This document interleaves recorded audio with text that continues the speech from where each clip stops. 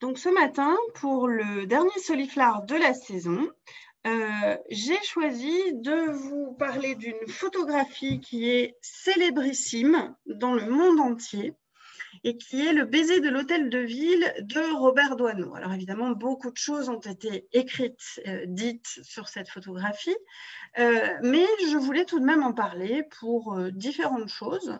D'abord parce que un petit peu d'amour, c'est pas plus mal. Et que ça me permet aussi, en fin de compte, de rebondir sur le baiser, par exemple, de Klimt, dont nous avions parlé, d'aborder une autre manière de baiser. Alors, qu'est-ce que nous voyons? C'est une photographie en noir et blanc, dans laquelle nous voyons, ou sur laquelle, pardon, nous voyons quasiment au centre de la photo un couple qui s'embrasse, parmi des passants qui sont en train de passer, donc on voit bien l'idée de mouvement. À l'arrière-plan, une voiture et plutôt au troisième plan, une voiture. Et à l'arrière-plan, on voit la façade de l'hôtel de ville de Paris. Au premier plan, nous voyons qu'un homme est assis, il est attablé, ce qui nous indique que notre regard se trouve à ce niveau-là. Cette photographie a été publiée en 1950 aux États-Unis et a été réalisée donc ou prise par Robert Doisneau. La particularité, c'est que, en général, lorsque l'on observe cette photographie, on est saisi par la spontanéité du geste, alors qu'en vérité, ce geste est tout sauf spontané. Vous le retrouvez ici dans, elle est ici, hein, cette photographie, dans le Life Magazine de 1950 et autour du thème Paris, ville de l'amour. Il se trouve que Robert Doisneau est un photographe français qui, après la Seconde Guerre mondiale, avait une tendance à chercher à, comment dire, alléger l'état d'esprit des Français et notamment des Parisiens après la guerre, évidemment, et donc à souligner les petits moments comme ça, légers, joyeux de la vie quotidienne parisienne. Il a aussi beaucoup photographié les gamins de Paris dans plus ou moins de positions incongrues ou amusantes. Donc, c'est vraiment un croqueur de la vie quotidienne, de la légèreté de la vie quotidienne.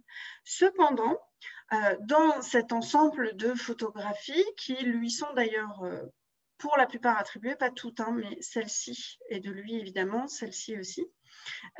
Pour les autres, je ne suis pas absolument certaine, donc je ne préfère pas les attribuer à Robert Doisneau. Mais ce caractère de spontanéité de ce jeune couple qui interrompt sa marche pour s'embrasser devant l'hôtel de ville est en fait tout sauf réel, étant donné que Life Magazine avait passé une commande à Robert Doisneau. Et que Robert Doisneau, alors qu'il était assis à la terrasse d'un café, pas celui-ci hein, précisément, mais découvre un jeune couple qui s'interrompt pour s'embrasser. Ils n'étaient pas debout, hein, ils étaient assis, en fait, attablés à proximité de Doisneau. Et donc, Doisneau réalise que ce jeune couple, dont nous connaissons le nom, hein, puisqu'il s'agit de, à l'époque, Françoise Bornet et de son compagnon Jacques Carteau, eh bien, ce sont en fait des comédiens qui prennent des cours de théâtre au cours Simon et qui, attablés dans ce café où se trouve Robert Doisneau, s'interrompent pour s'embrasser. Et donc, Doisneau leur propose eh bien, de poser pour cette photographie que nous voyons là. D'ailleurs, si on regarde bien la photographie, on constate que, en effet, on trouve véritablement le mouvement. Cet homme, hein, avec son béret, est en train d'avancer. La dame, ici aussi. Celui qui est derrière la dame est totalement flou, hein, précisément parce qu'il est encore en mouvement. Mais si vous regardez bien, ce mouvement général des véhicules, des passants, est totalement figé pour le couple. Et pour cause, en fait, ils ne sont pas en train de se déplacer. Ils se sont vraiment installés précisément dans l'angle choisi par Robert Doisneau et sont totalement figés, hein, ils sont debout, immobiles et ils s'embrassent. Ce que la composition de Robert Doisneau apporte aussi, c'est que, vous le voyez, il se place, lui, directement derrière le personnage qui est attablé. Ce qui veut dire que son point de vue est légèrement en contre-plongée. On est en bas et on regarde vers les personnages qui s'embrassent. Ce qui signifie que nous, en tant que spectateurs, nous sommes tout simplement assis, probablement à la table derrière, celle que l'on voit ici au premier plan, derrière celle de l'homme qui est attablé. Il y a un autre élément qui est important, et pour bien le voir, je vous propose de nous rapprocher, c'est cette femme. Regardez bien le regard de cette femme. Elle a un regard interrogateur. Or, elle ne s'est pas interrompue, ou plutôt, elle n'a pas tourné le visage vers le couple qui s'embrasse, comme on aurait pu le penser. Non, en vérité, celui qu'elle regarde, c'est le spectateur. C'est précisément le photographe. Donc, elle a été, regardez bien, interpellée non pas par le couple figé qui est en train de s'embrasser, mais par Robert Doisneau, assis ici, en train de prendre la photographie.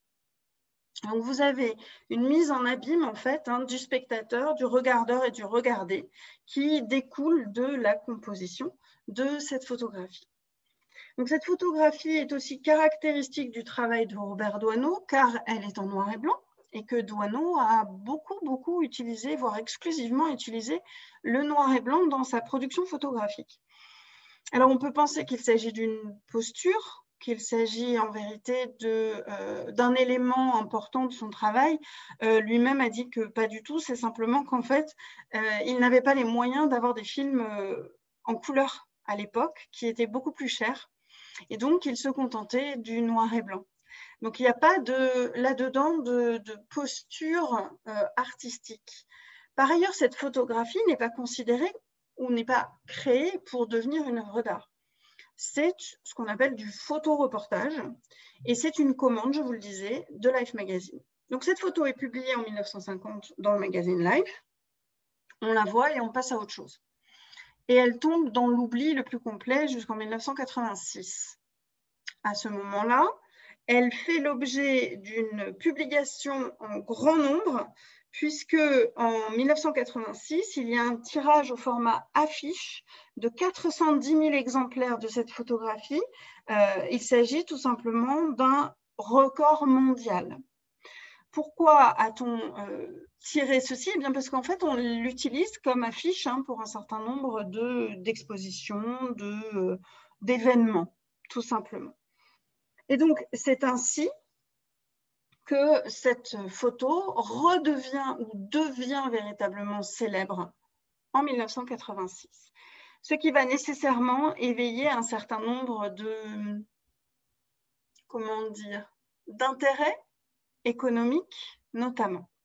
Et précisément, en 1992, un couple qui est le couple Lavergne se revendique comme étant ce fameux couple photographié à son insu par Robert Doisneau.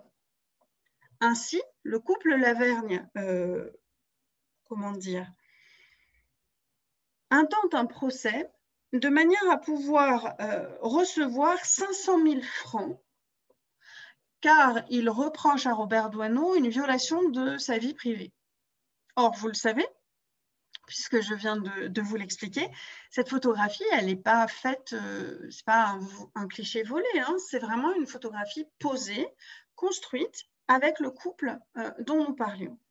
C'est ainsi que, à ce moment-là, cette dame, Françoise Bornet, qui à ce moment-là s'était mariée et s'appelle donc Françoise Delbar, sort du silence et s'avance pour dire pas du tout, c'est pas du tout le couple Lavergne, c'est moi-même et mon petit ami du moment qui avons été photographiés et il s'agit d'une composition mise en scène avec Robert Doisneau. D'ailleurs, elle a présenté ici le tirage original que Doisneau lui avait donné.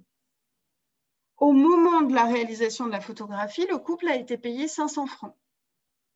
Il n'empêche qu'en 1992, lorsque le couple Lavergne a réclamé 500 000 francs pour violation de la vie privée, eh bien, Françoise Bornet en a profité pour réclamer, quant à elle, 100 000 francs de rémunération complémentaire, ainsi qu'un pourcentage sur les bénéfices commerciaux.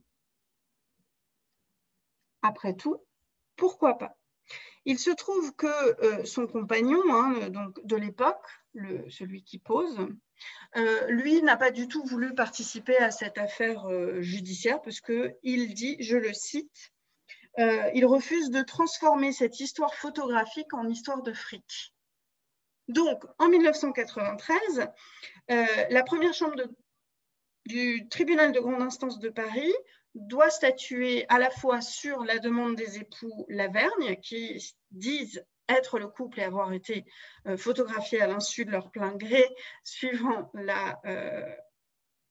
l'expression consacrée depuis quelques années, et Françoise Bornet, qui, elle, réclame 100 000 francs complémentaires comme rémunération. Eh bien, tout le monde est débouté.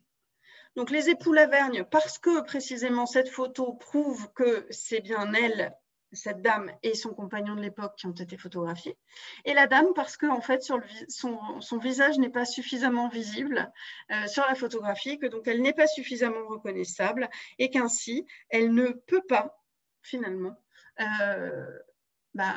prétendre à une rémunération supplémentaire. Je vous précise, je vous passe les différentes péripéties. Il y a eu appel évidemment, et puis ensuite cassation. Et le pourvoi a été rejeté seulement le 16 mars 1999. Notez que Françoise Bornet a mis en vente ce cliché original en 2005. Il a été mis en vente pour 10 000 € dans la maison Arcurial. Et il a été adjugé 155 000 €, ce qui est tout à fait incroyable, évidemment, pour un cliché de ce type, qui est, je vous le rappelle, un photoreportage à l'origine. Et il ne s'agit pas d'une photo d'art, comme on pourrait la comprendre. Il faut savoir enfin que Robert Doisneau s'est beaucoup intéressé au baiser. Il en a fait énormément, ici vous le voyez, sur le Pont-Neuf. Ce cliché s'intitule « Le baiser au poireau ». Vous en voyez un ici qui, pour le coup, peut être vraiment une photographie volée. Et pour ma part, j'aime beaucoup celui-là, le petit cliché cocasse. Cette idée de représenter les amoureux en train de s'embrasser, surpris presque par l'œil du photographe, on le retrouve aussi, et je souhaite faire le parallèle avec cet artiste, chez Willy Ronis, avec les amoureux sous le pont des Arts. Ce qui est intéressant dans cette composition, c'est qu'on voit immédiatement le pont des Arts, le feuillage, et seulement ensuite, on arrive à voir les fameux amoureux. Il s'agit aussi d'une photo posée, c'est en aucune manière une photo volée. Il y a dans les années 50 cette volonté de donner l'impression que ce sont des instants volés, alors même que ce n'en sont pas. Ronis, Doisneau sont des comparses notamment de Jacques Prévert, et en ce sens, eh bien, ils célèbrent Paris à travers leurs médias, leurs médiums respectifs. Voilà pour ce baiser de Doisneau, donc, qui s'intitule « Le baiser de l'hôtel de ville ». Pour la suite et la fin des événements pour cette saison, je vous retrouve, pour ceux qui le souhaitent, ce dimanche à 10h30 pour vous parler de Paul Klee. Je vais utiliser essentiellement l'exposition qui avait été présentée au Centre Pompidou. Et pour ceux qui sont à Paris et qui le souhaitent, le 3 juillet à 11h, une seconde promenade, et cette fois-ci précisément le Paris de Prévert. Voilà pour ce dernier Soliflare de la saison. Je vous remercie de votre attention. Je vais interrompre l'enregistrement